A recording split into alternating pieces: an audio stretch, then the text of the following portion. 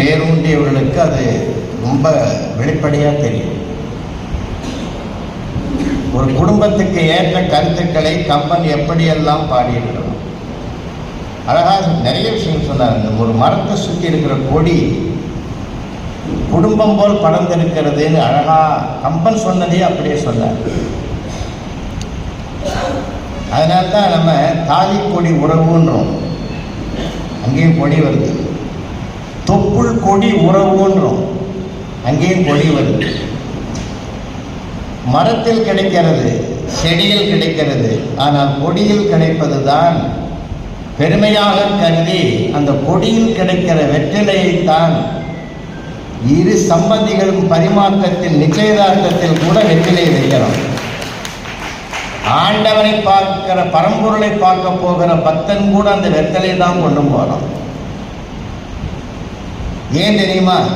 இறைவா, உன் உறவும் என் உறவும் கொடிபோல் படர வேண்டும் என்பதற்காக.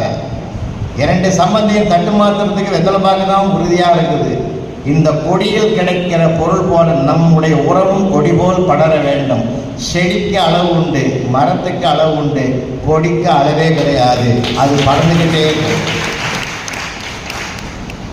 கும்பகோணத்தில் ரோட்டரி மீட்டிங்க்கு போனேன். அவர் ஊர் தான். நேரம் நிறைய இருக்குதுன்னு சொல்லிட்டு ஒரு கும்பேஸ்வர் கோயில் போய் அர்ச்சனை பண்ணிட்டு வரலான்னு ஒரு கடையில் போய் கேட்டார்.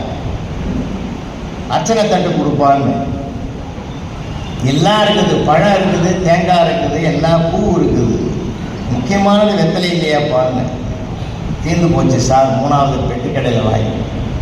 அங்கே போய் ஒரு 5 ரூபா நோட்டை கொடுத்து வெத்தலை பாக்கு கொடு தம்பின்னு. அவன் 2 வெத்தலையும் 2 பாக்கும் வச்சான். நான் எண்ணி பார்த்துட்டு கேட்டேன், கூட 2 வெத்தலை வைக்கக்கூடாதா? அவன் சொன்னான், நான் படிக்கிற காலத்தில் நீ கூட 2 மார்க் போட்டிருந்தீங்கன்னா நான் ஏன் இந்த கடை வைக்கிறேன்? இந்த கடை வைக்கிறதுக்கு காரணமே நீ தான். எனக்கு தூக்கி வாரி போட்டது. ஏன் நீ கும்பகோணத்தில் இருக்கிற, நீ என்னடா என்கிட்ட எப்படி ரோம்பேட்டில் உங்ககிட்ட தான் படித்தேன், அங்கேருந்து ஏன்னா இங்கே வந்தேன். எங்கள் சித்தப்பா அந்த புண்ணியத்தில் இந்த கடை வச்சு கொடுத்தாரு, என் காலம் ஓடுதுன்னு. அந்த வெத்தை அந்த கொடியை பற்றி அழகாக சொன்னார். சகோதர பாசம்னா என்னன்றத ராம லக்குவரை வச்சு சொன்னார்.